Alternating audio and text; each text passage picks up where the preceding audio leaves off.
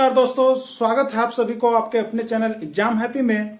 दोस्तों मैं यहाँ पर आपके लिए प्रत्येक दिन सीटेट का हल प्रश्न पत्र मैं आपको यहाँ पे करवाता हूँ फ्रेंड्स। तो यदि आप सीटेट की तैयारी कर रहे हैं या किसी भी अन्य राज्य के शिक्षक पात्रता परीक्षा की तैयारी कर रहे हैं, तो यदि आप इस चैनल में नए हैं तो आप हमारे चैनल एग्जाम हैप्पी को एक बार अवश्य ही सब्सक्राइब कर लीजिएगा फ्रेंड्स। इसमें मैं आज आपको यहाँ पर सीटेट जो 8 दिसंबर 2019 को हुआ था उसके हल प्रश्न पत्र को फुली ट्यूटोरियल क्लास की तरह मैं आपको बताने वाला हूं फ्रेंड्स। जो कि बहुत लोग जो है सिर्फ पीडीएफ में आपको बताते हैं, लेकिन मैं आपके साथ हमेशा जुड़ करके आपका ट्यूटोरियल क्लास के जैसा मैं यहाँ पे आपको बताता हूं। तो यदि आप भी इस तरह क्लास चाहते हैं तो एग्जाम हैप्पी चैनल को सब्सक्राइब कीजिए फ्रेंड्स। आज मैं यहाँ पर आपको जैसे कि सीटेट का जो है वो इस तरह का होता है कि आपका पार्ट 1 ये पेपर 1 मैं आपको बता रहा हूँ फ्रेंड्स। ये पेपर 1 है जिसमें सीडीपी आपको 30 मार्क्स का होता है। इसको मैंने आपको 3 पार्ट में पार्ट 1, पार्ट 2 और पार्ट 3 करके बताया है, जिसमें इसमें 1 से 10 प्रश्न है, इसमें 11 से 20 और इसमें 21 से 30 तक के प्रश्नों को हल किया है फ्रेंड्स। और इसके बाद मैंने अब मैथ्स का सेक्शन चालू किया हूं जी। मैथ्स का सेक्शन हो गया जिसमें आपको यहाँ पे 31 से 40 तक का जो है वो पार्ट 4 में आपको मिल जाएगा फ्रेंड्स। और आज मैं इस वीडियो में आपको अभी मैथ का जो है यहाँ पे 41 से 50 नंबर क्वेश्चन प्रश्न को बताऊंगा, जो कि आपको पार्ट 5 में मिलने वाला है। तो यदि आपको अच्छा लगे फ्रेंड्स वीडियो, तो इस तरह से पार्ट बाई पार्ट करके हमने आपको यहाँ पे ट्यूटोरियल क्लास के जैसा बना दिया है। क्योंकि पीडीएफ नहीं है, पीडीएफ में तो मैं तुरंत कर सकता था, लेकिन इसमें आपके साथ समय देना हमें पड़ता है। तो आप इस तरह से जुड़ करके बहुत अच्छी से तैयारी करना चाहते हैं तो आप हमारे चैनल के साथ बने हुए रहिए। तो चलिए फ्रेंड्स देखते हैं पार्ट 5 का क्वेश्चन नंबर 41। देखिए 41 का रहा है, कक्षा 2 के छात्रों को 44 लिखने के लिए कहा गया है। यह प्रश्न आया था कि आपने कक्षा 2 का एक छात्र है उसको 44 ठीक है लिखने के लिए कहा, तो कुछ ने 404 लिख दिया। अध्यापक के रूप में आप इसको कैसे संबोधित करेंगे? क्योंकि आप टीचर हैं, आप पढ़ाने जा रहे हैं या नहीं भी हुए हैं, तो आप शिक्षक प्रशिक्षण कोर्स किए हुए हैं, तो आपको 44 लिखवाना था, लेकिन बच्चा ने 404 लिख दिया है। अब आप कैसे करेंगे? तो यहाँ पे फ्रेंड्स आपको ऑप्शन देखना होगा कि ऑप्शन क्या कुछ कर रहा है, उसके आधार पर ही आप डिसाइड कर सकते हैं, क्योंकि यहाँ पे बनाने वाले प्रश्न नहीं है। तो आइए, ये जो है आपका मैथ पेडागोगी के अंतर्गत आता है फ्रेंड्स। तो 15 प्रश्न आपके बनाने वाले आते हैं और 15 प्रश्न जो होता है मैथ पेडागोगी का होता है, जो आपकी समझ पर आधारित होता है, आप कितने शिक्षण शास्त्र में मजबूत हैं उस पर आधारित होता है। तो देखिए क्या कुछ कहा जा रहा है। पहला ऑप्शन कह रहा है कि उसकी कॉपियों में सही उत्तर लिखेंगे। क्या आपको लगता है कि यदि 404 लिख दिया है बच्चा, उसको कुछ न बताएं, कुछ न बोले और हम जांच करने जाए उसी कॉपी में 404 लिख दे और सही कर दे, क्या यह सही होगा हम शिक्षक के लिए? तो हमारे अनुसार तो सही नहीं है फ्रेंड्स, ये गलत ऑप्शन हो गया। ठीक है, चलिए नेक्स्ट ऑप्शन क्या रहा है, उन्हें मूर्त पदार्थ से विनिमय नियम समझाएंगे। यह देखिए फ्रेंड्स, आपका जब बच्चा गलती कर दिया है तो पहला चीज कि उसको तो हमें समझाना है, इसलिए देखिए समझाने की बात आ रही है, उसको समझाना पड़ेगा। जितने बच्चे 44 लिखे हैं वो तो ठीक है, लेकिन जिसने 404 लिख दिया है उसको समझाना पड़ेगा आपको। और वो किससे? तो मूर्त पदार्थ, जिस पदार्थ से वह सीख सकता है, जैसे चॉकलेट से सीख सकता हो, पेंसिल से सीख सकता हो, तारा गिनती से सीख सकता हो, उस पदार्थ से उसको हम क्या करेंगे? सिखाएंगे और समझाने की कोशिश करेंगे। तो ये यहाँ पर आपको अभी सटीक बैठ रहा है, यही आंसर होना चाहिए। लेकिन अभी नीचे भी हम चलते हैं, जिसका आपके साथ मैं एक्सप्लेन करूंगा कि क्या होना चाहिए, क्यों होना चाहिए, ये चीज मैं बता रहा हूं। अगला है, उनको उस समूह में रखेंगे जिन्होंने सही लिखा है। इसमें समूह से कोई मतलब नहीं है फ्रेंड्स कि क्या सही लिखा है और क्या गलत लिखा है। अगला, उन्हें सही उत्तर प्राप्त करने के लिए कहेंगे, ये भी नहीं है। आपको आपने पढ़ाया, कुछ बच्चे ने गलती कर दिया, इसका मतलब है कि जो बच्चे ने गलती किया अब उसको आपको क्या करना होगा? उसको अलग करके और उसको मूर्त पदार्थ से, जिससे उसकी समझ शक्ति हो, जिसको जिस चीज को वो जानता हो अच्छी तरह से, उससे हम उसको 44 लिखने के लिए सिखाएंगे। यही हमारा कर्तव्य होना चाहिए, जो कि आपका 2 नंबर ऑप्शन सही है। तो चलिए फ्रेंड्स, इस तरह से आप यहाँ पे 41 कंप्लीट कर लिए। चलिए नेक्स्ट प्रश्न लेकर के हम आएंगे 42। आइए देखते हैं नेक्स्ट प्रश्न यहाँ पे दिया हुआ है, गणित के प्राथमिक पाठ्यक्रम में प्रतिचित्रण का परिचय देने का मुख्य प्रयोजन क्या है? तो फ्रेंड्स आप देखते हैं कि गणित के जो प्राथमिक पाठ्यक्रम होते हैं, जो पाठ्यक्रम दिए हुए रहते हैं, उसमें प्रति चित्रण दिया हुआ रहता है, मतलब चित्र को दोहराया हुआ, डबल किया हुआ, चित्रण किया हुआ रहता है। इसका देने का उसमें मुख्य प्रयोजन क्या है, किस कारण से बच्चों के बीच जो किताब है उसमें प्रति चित्रण का प्रयोजन किया गया है, इसके क्या उद्देश्य है, ये आपसे पूछा गया है।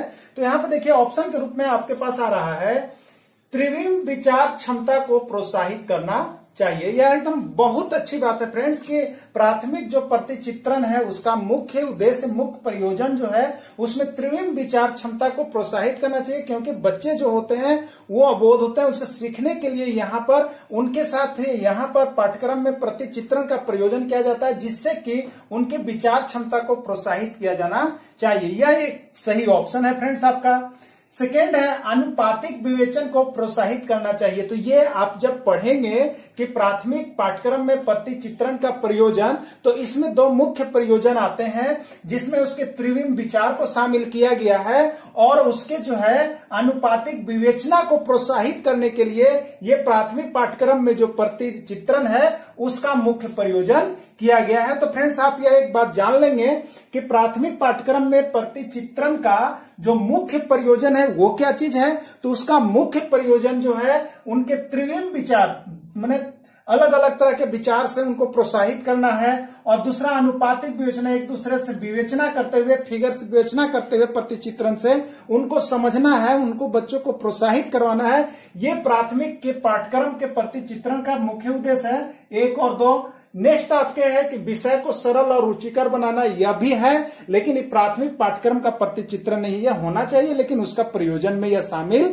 नहीं है। नेक्स्ट है संख्याओं की निरसता को समाप्त करना, यह भी सही ऑप्शन है, लेकिन यहां लिखा है कि पाठ्यक्रम में प्रयोजन, और वो भी मुख्य प्रयोजन क्या है, तो इसको प्रयोजन में शामिल नहीं किया गया है। तो इस तरह से फ्रेंड्स आपने देखा कि इसमें 1 और 2 सही है, तो इसके लिए आपको देखिए नीचे कूट दिए गए हैं कि पहला सही है कि दूसरा सही है कि तीसरा कि चौथा। जिसे पहला में दिया है 1 और 3, तो 1 तो सही है फ्रेंड्स, लेकिन तीसरा नहीं है, इसलिए यह ऑप्शन नहीं होगा। सेकेंड में दिया है 1 और 4, 1 तो सही है लेकिन चौथा सही नहीं है, इसलिए यह ऑप्शन नहीं होगा। तीसरा में दिया है 1 और 2, तो आप देखिए 1 और 2 दोनों आपके सही है, यानी इसके सही ऑप्शन जो होगा फ्रेंड्स 1 और 2। तो इस तरह से आपने यहां पर देखा कि प्राथमिक पाठ्यक्रम में प्रतिचित्रण का प्रयोजन ही नहीं, मुख्य प्रयोजन क्या है, तो मुख्य प्रयोजन आपका त्रिविम विचार है, और क्या है, अनुपातिक विवेचना को प्रोत्साहित करना, इसका मुख्य प्रयोजन, इसका मुख्य उद्देश्य बनाया गया है। तो चलिए फ्रेंड्स, इस तरह से आपने क्वेश्चन नंबर 42 को देखा।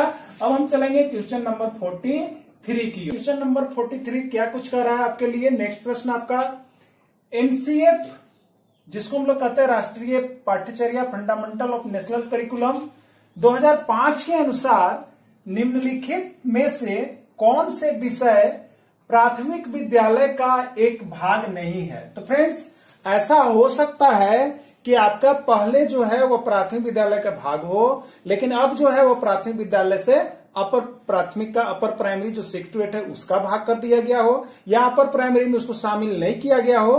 तो इन 4 ऑप्शन में से कौन ऐसा ऑप्शन है जो एनसीएफ 2005 के प्रावधान के अनुसार इसको प्राथमिक विद्यालय पाठ्यक्रम में लागू नहीं किया गया है। ठीक है फ्रेंड्स, तो ये कौन सा है। तो फर्स्ट आपका कह रहा फ्रेंड्स चौपड़ या टाइलिंग। ठीक है, चौपड़ या टाइलिंग, तो ये आपका एनसीएफ 2005 में शामिल किया गया है, चौपड़ लगा करके इसको एक समूह बना करके करने के लिए। नेक्स्ट है समिति, तो समिति को भी यहां पर फ्रेंड्स यहां पे जो है वो शामिल किया गया है। ठीक है, समिति को भी शामिल कर लिया गया है। नेक्स्ट है आपका प्रतिरूप, प्रतिरूप प्रतिचित्रण, इसको भी यहां पे एनसीएफ 2005 में शामिल किया गया है। अब बच गए अनुपात, तो अनुपात पर तो है शामिल फ्रेंड्स, लेकिन इसको जो अपर प्राइमरी में शामिल कर दिया, जो प्राथमिक विद्यालय के अंतर्गत नहीं, उसको उच्च प्राथमिक में कर दिया गया। तो अनुपात को यहां पर जो है प्राथमिक विद्यालय का एक भाग नहीं माना गया है, इसलिए इसका ऑप्शन जो है फ्रेंड्स यहां पर 4 होगा। तो एक बात आप यह अवश्य जान लीजिए कि यदि आप सीटेट की एग्जाम देने जा रहे हैं तो आप फ्रेंड्स एनसीएफ 2005 5 यानी नेशनल करिकुलम फंड जो है फंडामेंटल करिकुलम राष्ट्रीय पाठ्यचर्या 2005 का एक बार आप जरूर ही विश्लेषण करके एग्जाम में जाएंगे, क्योंकि इस एनसीएफ 2005 से पर्यावरण का भी पूछ दिया जाता है, आपका मैथ्स का भी पूछ दिया जाता है। तो एनसीएफ 2005 का आप यहाँ पे देख लेंगे ना, तो एनसीएफ 2005 का मैं अलग से वीडियो आपको अपलोड कर दूंगा, तो इसकी जानकारी आपको होनी जरूरी है, क्योंकि एक प्रश्न इससे आपको हमेशा सीटेट एग्जाम में निकल के आता है। इसलिए आप एनसीएफ 2005 को विशेष रूप से अपनी किताबों से अवलोकन कर लेंगे कि क्या क्या उसमें फंडा दिया गया है। ठीक है, नेशनल करिकुलम फंडा क्या क्या है ये। तो चलिए फ्रेंड्स, इस तरह से 43 का आपने देखा कि क्वेश्चन नंबर यहाँ पर 4 जो है वो शामिल नहीं है। अब चलते हैं नेक्स्ट, यहाँ पर प्रश्न हम चलेंगे, वो होगा आपका यहाँ पर 44। सूत्र का प्रयोग किए बिना अध्यापक निम्नलिखित में से किन साधनों या शिक्षण अधिगम का प्रयोग किए बिना विभिन्न आयामों वाले दो आयतों का क्षेत्रफल समान हो सकता है, ये बता सकते हैं। ठीक है, यानी फ्रेंड्स जैसे आप बताते हैं कि जैसे यहाँ पे दो आपको फिगर दे दिए हैं, ये मान लीजिए कि 3 है, ये 4 है, और इसका एक और यहाँ पे मान लीजिए कि यहाँ पे है ये 2 है, और एक मान लीजिए कि आपका इस तरह से यहाँ पे ये 6 है। तो ये आयत है, अगर जिसकी लंबाई और चौड़ाई कम बेसी हो गई तो ये आयत है। ठीक है, ये आयत है। तो विभिन्न, तो इसको हम बताते हैं किस विधि से, तो यहाँ पे बता देते हैं फ्रेंड्स कि आयत का अगर सूत्र का प्रयोग करेंगे तो लिखेंगे आयत का क्षेत्रफल बराबर L गुने बी। तो इसका हो गया 3 गुने 4, तो ये भी हो गया 12 सेंटीमीटर स्क्वायर। इसका हो गया 2 गुने 6, तो ये भी हो गया 12 सेंटीमीटर स्क्वायर। लेकिन यह जो आप बता रहे हैं यह किसका सूत्र का प्रयोग करके आप बता रहे हैं, क्या बता रहे हैं, सूत्र का प्रयोग करके आप बता रहे हैं कि दो आयत का क्षेत्रफल आपस में, दो विभिन्न प्रकार के आयतों का क्षेत्रफल, जैसे यह भी आयत है और यह भी आयत है, लेकिन दोनों का क्षेत्रफल आप देख रहे हैं तो क्या आ रहा है फ्रेंड्स, दोनों का क्षेत्रफल आपस में बराबर आ रहा है। तो ये आपने सूत्र का प्रयोग किया। लेकिन यहां पे पूछ रहा है कि सूत्र का प्रयोग किए बिना, मैंने प्रयोग आपको नहीं करना है, बिना प्रयोग किए बिना आप कैसे बता सकते हैं किस चीज का, किस शिक्षण अधिगम का प्रयोग करेंगे, किस चीज का उसमें शामिल करेंगे, जिससे बच्चा को ये बताएंगे कि ये जो देखो इस तरह से इस आयत के दो अगर आयत वाले फिगर हम ले तो दोनों का आयत आपस में समान होता है। बिना सूत्र का प्रयोग किए बिना क्या क्या साधन का प्रयोग करेंगे वो आपको बतलाना है फ्रेंड्स। तो देखिए यहाँ पे साधन आपको दिया गया है, पैमाना का प्रयोग करके बताइएगा, ग्राफ पेपर का प्रयोग करके बताइएगा, धागा का प्रयोग करके बताइएगा, या टाइल्स का। इसमें से कौन सा आप साधन लेंगे जिससे आप बता पाएंगे कि दो विभिन्न प्रकार के आयत जो होते हैं उनका क्षेत्रफल आपस में बराबर होता है। ठीक है, तो ये 4 आपका यहाँ पे अधिगम दे दिया है। इसमें से नीचे देखिए आपका आंसर है, पहला, दूसरा, तीसरा, चौथा, ये चारों में से कौन सही है ये आपको बतलाना है। तो आइए देखते हैं इसके ऑप्शन की ओर। फर्स्ट ऑप्शन कर रहा है केवल 2, यानी केवल ग्राफ पेपर से ही आप बता सकते हैं कि दो आयत आपस में समान होते हैं। कोई भी दो आयत आपस में समान होता है वो केवल आप ग्राफ पेपर से ही बता सकते हैं, ये आपसे पूछा जा रहा है यहाँ पे। चलिए आगे और देखते हैं। 2, नेक्स्ट ऑप्शन है 2 और 4, यानी आप ग्राफ पेपर और टाइल्स को लेकर के बता सकते हैं कि दो गो आयत है तो उन दोनों का क्षेत्रफल आपका क्या होगा, समान होगा। ठीक है, नेक्स्ट आपका दे रहा है यहाँ पे देखिए 2, ये आपका यहाँ पे दे दिया कि 2 और 4, यानी ग्राफ पेपर और टाइल्स का इसमें प्रयोग करके आप बताइएगा। केवल 3, यानी धागा का प्रयोग करके क्या आप बताइएगा, ये आपसे पूछा जा रहा है। और 1 और 4, यानी पैमाना और धागा, ये दो से। तो आप किस चीज से उसको बताइएगा फ्रेंड्स कि दो को अगर आयत लेंगे तो हमको उसका क्षेत्रफल आपस में बराबर हो जाएगा। तो यहां पे देखिए आप, ये सेकेंड ऑप्शन जो है वो ज्यादा सुटेबल आपका ऑप्शन है फ्रेंड्स।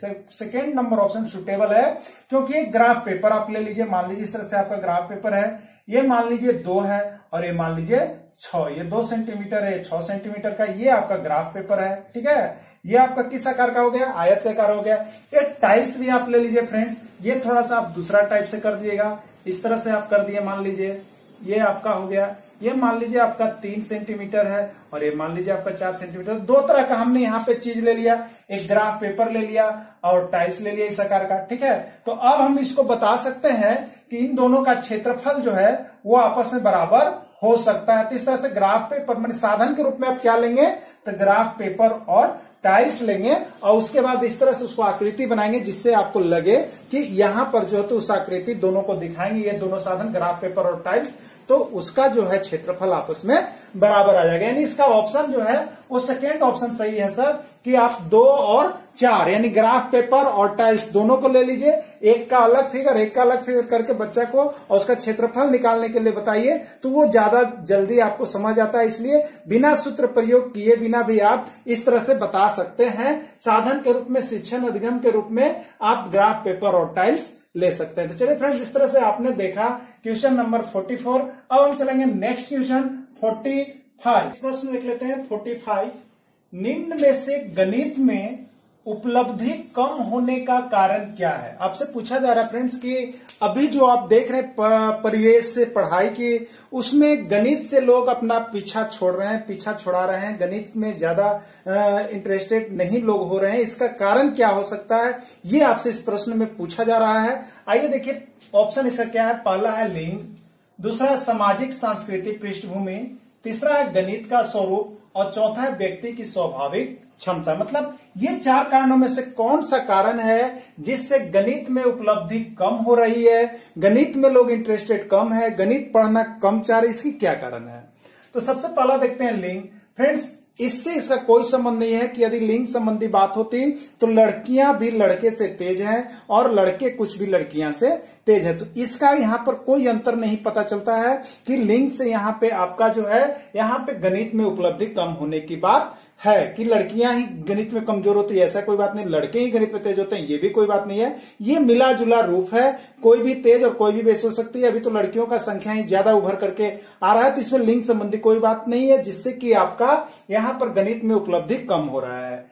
नेक्स्ट देखते हैं सामाजिक सांस्कृतिक पृष्ठभूमि। तो फ्रेंड्स, गणित की पढ़ाई में सामाजिक और सांस्कृतिक पृष्ठभूमि का कुछ भी लेना देना नहीं है। ये सांस्कृतिक पृष्ठभूमि, सांस्कृतिक कार्यक्रम से इसका कोई संबंध नहीं होता है, इसलिए यह भी नहीं होगा। गणित का स्वरूप, तो एक चीज आप जान जाइए फ्रेंड्स, चाहे गणित में उपलब्धि ज्यादा हो जाए या गणित में उपलब्धि कम हो, गणित के स्वरूप को फिक्स कर दिया गया है, निश्चित कर दिया गया है, जो वही रहेगा। इससे आप पर कोई प्रभाव नहीं पड़ता है। जो बच्चे तेज है वो उसी गणित के स्वरूप को जान करके तेज हो रहे हैं, जो कमजोर है उस गणित के स्वरूप को नहीं जानना चाह रहे हैं। तो ये गणित के स्वरूप से तेज और उसकी उपलब्धि कम होने का असर नहीं दिखता है।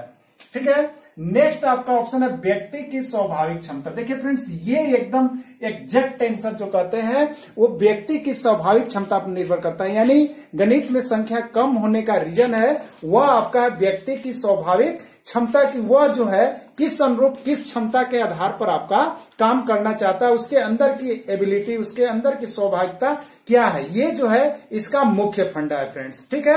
यानी व्यक्ति की जो स्वाभाविक क्षमता है वो आपको किस पर निर्भर करता है, तो वो आपको गणित में उपलब्धि कम कर सकता है या गणित में उपलब्धि ज्यादा कर सकता है। यानी व्यक्ति की स्वाभाविक क्षमता इस पर निर्भर करती है कि गणित में संख्या कम होगा या गणित में संख्या ज्यादा होगा। इसमें न तो लिंग से संबंध है, न सामाजिक सांस्कृतिक पृष्ठभूमि से इसका संबंध है और न ही गणित के स्वरूप से संबंध है। इसका संबंध व्यक्ति की स्वाभाविक क्षमता से है। तो चलिए, इस तरह से आपने यहाँ पे क्वेश्चन नंबर 45 को देखा। अब चलेंगे नेक्स्ट प्रश्न के फ्रेंड्स। क्वेश्चन नंबर 46 का रहा आपसे, यह समझाने के लिए कि 1/4 1/3 से छोटा है, निम्नलिखित में से कौन सी योजना सबसे अधिक उपयुक्त होगी? फ्रेंड्स, आपको जैसे आप भिन्न पढ़ाते हैं तो उसमें जैसे लिखा हो रहता है 1/4 1/3, यहाँ पे लिखा हुआ 1/2 में सबसे छोटा कौन है। ठीक है। तो आप इससे बोल देते हैं कि 1/4 जो है वो छोटा है। आखिर आपने 1/4 बताया, इसका क्या रीजन है? तो आप विभिन्न प्रकार से बताते हैं, लेकिन बच्चों के बीच ये समझाना है आपको। तो आप इस यहाँ पे देखिए ऑप्शन दिया हुआ है, इसमें कौन सी विधि सबसे उपयुक्त होगी यह आपको बताना है। तो इसमें से हो सकता है कि लगभग सभी विधि सही हो, लेकिन सबसे उपयुक्त विधि आपको इसमें से चुनना है। तो आइए देखिए यहाँ पे क्या आपसे कहा जा रहा है। ऑप्शन हम देखेंगे। फर्स्ट ऑप्शन है लघुत्तम समापवर्त विधि का प्रयोग करके। तो फ्रेंड्स, यह भी विधि आपका सही है। जैसे 1/4 1/3 1/2 में यदि पता करना है कौन बड़ा है कौन छोटा है, तो हम क्या करते हैं कि 4 3 2 का लघुत्तम ले लेते हैं, उसके बाद पता कर लेते हैं कि कौन बड़ा होगा कौन छोटा होगा, सबको निकाल लेते हैं यहाँ पे। तो ये एक विधि है जो हम बता सकते हैं। ठीक है। लेकिन इसको कैलकुलेशन करके बताया जा सकता है। नेक्स्ट आपको है कागज की पट्टियों का प्रयोग करके। तो ये भी चल सकता है, कागज की पट्टियों का भी हम प्रयोग करके बता सकते हैं कि कौन छोटा है कौन बड़ा है। अगला है डायनिक्स ब्लॉक्स का प्रयोग करके, ये भी है, और संख्या चार्ट भी। लेकिन देखिए ये चारों ऑप्शन आपको देखने से आपको लग रहा है कि ये भी सही हो सकता है, वो भी सही हो सकता है, वो भी है भी, लेकिन आपसे पूछा क्या गया फ्रेंड्स, यहां पे पूछा गया है कि कौन सी योजना सबसे अधिक उपयुक्त है। यहां पर आप ध्यान दे कीजिएगा, सबसे अधिक माने बेस्ट पूछा जा रहा है तो सभी, लेकिन सबसे बेस्ट कौन होगा।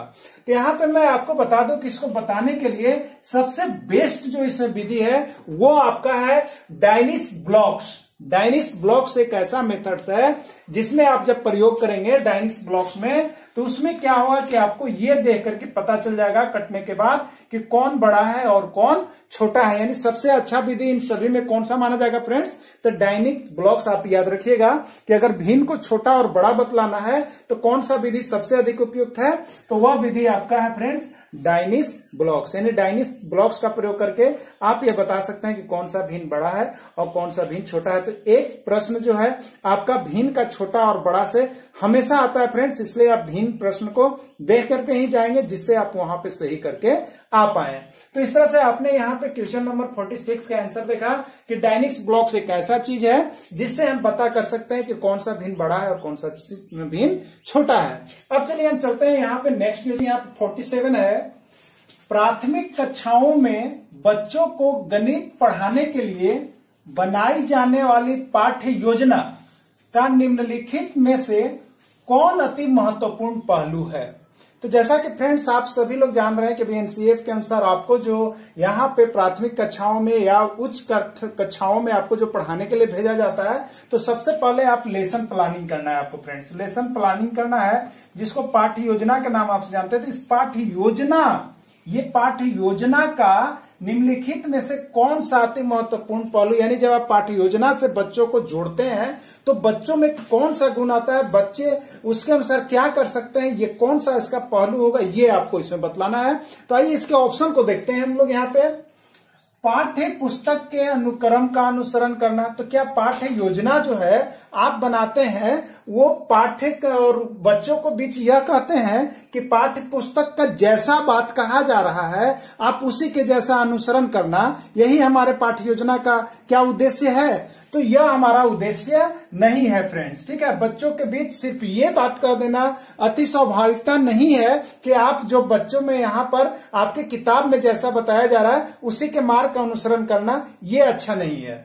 नेक्स्ट आपका दे रहा है गणितीय संकल्पनाओं को संरचनात्मक ढंग से प्रस्तुत करना। ये यहाँ पे जो गणित की संकल्पना है, जैसे भिन्न की संकल्पना, जोड़ की संकल्पना, घटाव की संकल्पना, वो क्या करना है, तो उनको संरचनात्मक ढंग से प्रस्तुत तो करना है, लेकिन ये पाठ्य योजना का कोई लक्ष्य नहीं है। पाठ्य योजना उन्हें करने के लिए प्रोत्साहित करता है फ्रेंड्स, इसलिए यहाँ पर इसकी संरचना का कोई असर नहीं पड़ता है। नेक्स्ट आप देखेंगे विद्यार्थियों को अवसर देना कि वे संकल्पनाओं की संरचना करें। ये सबसे सटीक और सुटेबल यहाँ पे आपका ऑप्शन है कि जो आप पाठ्य योजना बनाते हैं उस पाठ्य योजना का उद्देश्य होता है कि आप जब भी जाएं तो उस पाठ्य योजना से जोड़ते हुए बच्चों को कुछ न कुछ स्वाभाविक रूप से उसको कुछ करने के लिए प्रोत्साहित करें, और जब यह पाठ्य योजना समाप्त हो जाती है तो आप क्या करते हैं फ्रेंड्स कि उसी पर आधारित बच्चों को कुछ न कुछ नई संकल्पनाओं को करने के लिए कार्य दिया करते हैं, जिससे बच्चे प्रोत्साहित होकर के उसको सीखे और आगे संकल्पना के अनुसार प्रोत्साहित हो। ये आपका जो है पाठ्य योजना का एक मकसद है हमारा कि हम उसको करके दिखलाएं और बच्चे करें और प्रोत्साहित हो। तो यहाँ पे देखिए विद्यार्थियों को अवसर देना कि वे संकल्पनाओं की संरचना करें, विद्यार्थियों को अवसर देना, विद्यार्थियों को यहाँ पर संकल्पना को सुनिश्चित करना, ये हमारा पाठ्य योजना का उद्देश्य होता है। विद्यार्थियों को करके सीखना, ये पाठ्य योजना का हमारा उद्देश्य है। तो ये आपका ऑप्शन सही है। नेक्स्ट है क्रियाकलापों को लिखना और इस संदर्भ में प्रश्न देना। ये नहीं है फ्रेंड्स क्रियाकलाप, जो आपका क्रियाकलाप है उस लिखिए और प्रश्न दीजिए, ये नहीं, उस प्रश्न को करने वाला प्रश्न देना है आपको, करके दिखलाने वाला, जिससे कि उसके अंदर की मनोवैज्ञानिक वृत्ति का विश्लेषण कर सके और वो अपनी प्रतिभा को दिखा सके। तो प्रतिभा कब दिखलाएंगे, वो जब आप करके दिखलाने के लिए उसको बोलेंगे तब तो ये आपका पाठ्य योजना का उद्देश्य नहीं था। पाठ्य योजना का उद्देश्य है विद्यार्थियों को अवसर प्रदान करना, अवसर देना, जिससे कि वे संकल्पनाओं को संरचना में परिवर्तित कर सके। तो ये यहाँ पे आपका थर्ड नंबर ऑप्शन सही है। तो इस तरह से आपने देखा है यहाँ पे फ्रेंड्स कि पाठ्य योजना जो आप बनाते हैं, उस पाठ्य योजना से आपको बच्चों के बीच, जो प्राथमिक कक्षाओं में बच्चों को गणित पढ़ाते हैं, वो पाठ्य योजना का क्या अति महत्वपूर्ण पहलू आपके बीच निकल के आता है। तो इसका अति महत्वपूर्ण पहलू आपने यहाँ पे देखा कि इस अति महत्वपूर्ण पहलू के अंतर्गत आप विद्यार्थियों को करके सीखने का अवसर देते हैं, जिससे कि वे संकल्पनाओं की संरचना कर सकते हैं कि क्या कुछ इससे और ज्यादा हो सकता है, इसकी बात को वो ध्यान रखते हैं। तो चलिए, इस तरह से आपने क्वेश्चन नंबर 47 को देखा। अब हम चलेंगे नेक्स्ट प्रश्न, क्वेश्चन नंबर 48। निम्नलिखित में से किससे संरचनात्मक स्ट्रक्चरल रचनावादी गणितीय कक्षा कक्ष का लक्षण नहीं माना जा सकता है?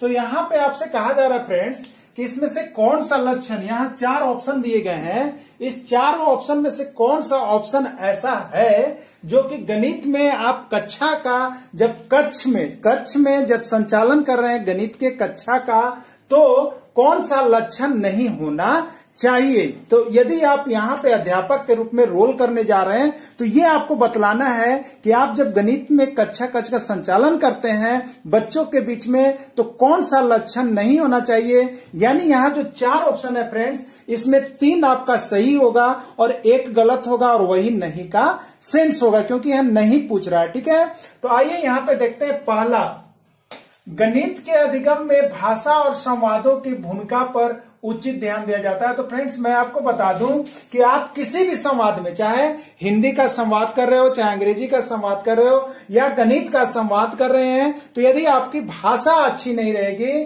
संवाद की भूमिका अच्छी नहीं रहेगी, आप बोलेंगे अच्छे से नहीं, तो यह पढ़ाई जो है पूर्ण नहीं माना जाता है। इसलिए एक अध्यापक के रूप में आपके संवाद की भूमिका को जरूर ध्यान दिया जाता है। इसलिए फर्स्ट ऑप्शन आपका सही है। नेक्स्ट आपका देखिए क्या दिया जा रहा है। अध्यापक स्वीकार करता है कि दी गई अन्योन्य क्रिया को विद्यार्थियों को अलग अलग प्रकार से सीख सकते हैं। यह बहुत ही अच्छी ऑप्शन है फ्रेंड्स। जैसे कि आप देखते हैं कि एक विद्यार्थी अगर ताश के पत्ता से कुछ सीख सकता है, तो एक विद्यार्थी पेड़ के पौधा से भी सीख सकता है। यानी सीखने की प्रक्रिया अलग अलग बच्चों के बीच होती है और वह सीख सकते हैं। एक ही चीज को सीखने का तरीका, सिखाने का तरीका अलग अलग भी 2 शिक्षक का होता है, इसलिए 2 बच्चों की भी प्रक्रिया अलग अलग होती है। तो इसलिए यह ऑप्शन भी आपका सेकंड नंबर सही निकल के आ रहा है और आपको यहां पता करना है कि कौन सही नहीं है। नेक्स्ट आते हैं फ्रेंड्स, देखते हैं। प्राथमिक स्तर पर आकलन के लिए विषय परक प्रकार की परीक्षा का उपयोग किया जाता है। ये फ्रेंड्स सबसे अभी पर यहाँ पे रॉन्ग चल रहा है, क्योंकि आपको यह मना कर दिया गया है कि आप उस बच्चे का आकलन सिर्फ सब्जेक्ट के आधार पर, सिर्फ प्रश्न के आधार पर करें। यह मना कर दिया गया है। आपके यहाँ पर सीसीई पैटर्न लागू कर दिया गया है, जिसका अर्थ है सतत एवं समग्र मूल्यांकन आपको यहाँ पे कर दिया गया है। तो सीसीई लागू कर दिया गया है। तो ये यहाँ पर विषय परक प्रकार की परीक्षा लेकर के उसको अलग नहीं किया जाता है, बल्कि उसके संपूर्ण व्यवहार की परीक्षा होती है। तो ये आपका गलत ऑप्शन है फ्रेंड्स, 3 नंबर। अगला देखिएगा, गणित और इसके पाठ्येतर क्षेत्रों के बीच के संबंधों को उजागर किया जाता है। तो जी फ्रेंड्स, जो आप पढ़ा रहे हैं उसके बीच के संबंध को जोड़ते हुए यदि आप पढ़ाते हैं तो वो शिक्षण विधि सबसे अच्छी मानी जाती है। तो इसलिए आपने यहाँ पे देखा कि किसमें संरचनात्मक लक्षण नहीं माना जाता है, तो ये थर्ड ऑप्शन इसका सही इसमें निकल रहा है कि ये लक्षण नहीं है। ये तीनों इनके लक्षण है जो कि संरचनात्मक अधिगम का लक्षण है, लेकिन ये लक्षण इसका नहीं माना जाता है। तो इस तरह से आपने क्वेश्चन नंबर 48 को मैंने यहाँ पे डील किया। तो इस तरह से आप 48 के बाद हम चलते हैं नेक्स्ट प्रश्न की ओर चलेंगे। तो चलिए, नेक्स्ट प्रश्न आपका होगा फ्रेंड्स क्वेश्चन नंबर 49। निम्नलिखित में से कौन कथन की सहमति गणित के संरचनात्मक या संरचनावादी दृष्टिकोण से की जा सकती है? तो फ्रेंड्स, मैं यहां पर आपको बता दूं, यदि आप सीटेट की या किसी भी टेट की एग्जाम देते हैं तो गणित की संरचनावादी दृष्टिकोण एक चैप्टर है जिसको आप पढ़ लेंगे। इस चैप्टर से आपको किसी न किसी तरह से प्रश्न घुमा करके यह पूछा जाता है। तो यहाँ पर गणित में कथन की सहमति का संरचनात्मक दृष्टिकोण आप अवश्य ही देख लेंगे, जिससे कि आपको एक प्रश्न हमेशा निकल करके आता है। तो आइए देखिए यहाँ पर ऑप्शन को हम देखेंगे, क्योंकि इस तरह के प्रश्नों को ऑप्शन के बाद ही सही किया जा सकता है। तो फर्स्ट है गणित तथ्यों को सीखने के बारे में है। तो एक चीज आपको बता दिया जाए कि यहाँ जो अभी करिकुलम ला दिया गया है वो सीखने पर बल नहीं देता है फ्रेंड, वो आपको करके दिखलाने पर बल देता है, वो करके सिखलाता है। यानी यहाँ पर किसी काम को एक्टिविटी के माध्यम से करना है, न कि उसको रटना है। ठीक है, तो ये फर्स्ट ऑप्शन यहाँ पर आपको जो है संरचनात्मक दृष्टिकोण से सही नहीं कहा जा सकता है। नेक्स्ट आप देखिएगा गणितकों से सच्चाई का आविष्कार अपेक्षित होना चाहिए। तो यहाँ पे गणितकों से कोई मतलब नहीं है कि आपकी सच्चाई है कि झूठाई है। एक बच्चा को गणित में यदि संरचनात्मक बच्चा बनाना है तो उसके लिए उसको क्या होना चाहिए, तो उसके करके दिखलाना चाहिए, उसके कौशल से उसको आगे बढ़ाना चाहिए, ये इसमें होना चाहिए। न कि हमें यह जानने की आवश्यकता है कि जो गणितज्ञ है वो क्या है, वो कैसा बता रहे, इससे आपके यहाँ पर मतलब नहीं बनती है। अगला है गणित पूर्णता विषय परक है। तो इससे हमें क्या लेना देना फ्रेंड्स, ये तो सही बात है कि गणित पूर्णता विषय परक है, मतलब विषय पर आधारित है, लेकिन इससे हमको संरचनावादी होने के लिए कोई आवश्यकता इससे महसूस नहीं किया जाता है। नेक्स्ट आपका है मानस दर्शन गणित का महत्वपूर्ण पहलू है। तो फ्रेंड्स ये आपका सही ऑप्शन है। देखिए गणित का महत्वपूर्ण पहलू जो है किसी चीज को देख करके मानस दर्शन करना, इसका जो है मुख्य पहलू माना जाता है, जो कि संरचनात्मक दृष्टिकोण से महत्वपूर्ण माना जाता है। यानी गणित शिक्षण में जो संरचनात्मक दृष्टिकोण से महत्वपूर्ण माना जाता है फ्रेंड्स, उसमें मानव कौशल जो है पहलू वो सबसे अच्छा पहलू माना जाता है। अतः यहाँ का आंसर जो होगा वो आपको मानस कौशल या मानस दर्शन जो है गणित का महत्वपूर्ण पहलू माना जाता है, और बाकी जो ऑप्शन है वो आपके गलत है। यानी इसका आंसर जो है सही वो आपका 4 है। तो चलिए अब नेक्स्ट प्रश्न चलेंगे। क्वेश्चन नंबर 50 को हम देख लेते हैं कि निम्नलिखित में से कौन सा क्रियाकलाप बच्चों में त्रिविम समझ को विकसित करने के लिए अधिक उपयुक्त है। तो फ्रेंड्स यहाँ पे आप लोग जो आजकल फिगर आप देखते हैं वो 2 डायमेंशनल फिगर होता है, 3 डायमेंशनल फिगर होता है, जिसको द्विविमीय आकृति हम कहते हैं, त्रिविमीय आकृति करते हैं। तो यहाँ पर आपको देखिए बच्चों में त्रिविम समझ को विकसित करने के लिए, ठीक है, त्रिविम यानी त्रिविमीय आकृति जो होती है जिसमें लंबाई, चौड़ाई, ऊंचाई, ये सारी चीजें होती है, उसको समझ विकसित करने के लिए आपको क्या करना चाहिए, ये इसमें यहाँ पर पूछा जा रहा है। तो फर्स्ट देखिएगा फ्रेंड्स, यहाँ पर लिखा हुआ बोतल के ऊपरी दृश्य को चित्रित करना चाहिए, मानचित्र पर शहरों का स्थान निर्धारण करना चाहिए, चंद्रमा के उदय होने का समय लिखना चाहिए, संख्याओं को संख्या रेखा पर निरूपित करना चाहिए। तो यहाँ पे 4 नंबर ऑप्शन संख्याओं को संख्या रेखा पर निरूपित करना, ये द्विविमीय त्रिविमीय से कोई संबंध नहीं है फ्रेंड्स। चंद्रमा के उदय होने का समय लिखना, इससे भी यहाँ पर आकृति में त्रिविमीय यह आकृति नहीं होती है, यह एक समतल आकृति है।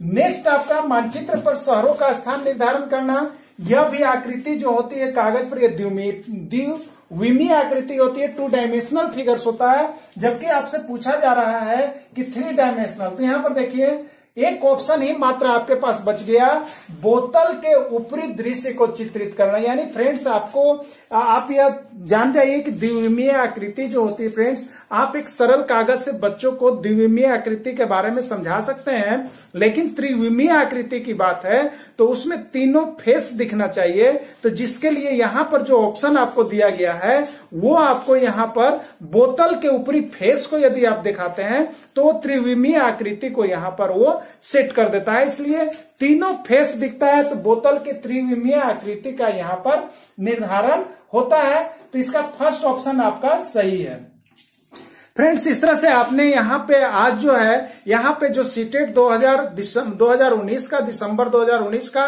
जो मुख्य प्रश्न था वो आपको मैंने यहाँ पर क्या किया कि 8 दिसंबर 2019 का पार्ट 4, यहाँ पे पार्ट 4 पार्ट 5, आज मैं आपको यहाँ पर पार्ट 5वां जो है इसका मैंने यहाँ पे समाप्त कर दिया फ्रेंड्स। जो गणित सेक्शन के अंतर्गत आपके प्रश्न जो हैं वो आपका 41 से 50 नंबर तक का प्रश्न है। तो इस तरह से फ्रेंड्स, यदि आपको वीडियो अच्छी लगती है तो आप हमारे चैनल एग्जाम हैप्पी के साथ जुड़िए, सब्सक्राइब कीजिए। इसमें मैं आपको फुली ट्यूटोरियल क्लास के जैसा आपके बीच क्लास लेकर के आता हूं, जिसमें आप पूरी अच्छी तरह से समझ सकते हैं। और यदि किसी तरह की दिक्कत हो तो आप हमारे कमेंट बॉक्स में जाकर के कमेंट कर सकते हैं।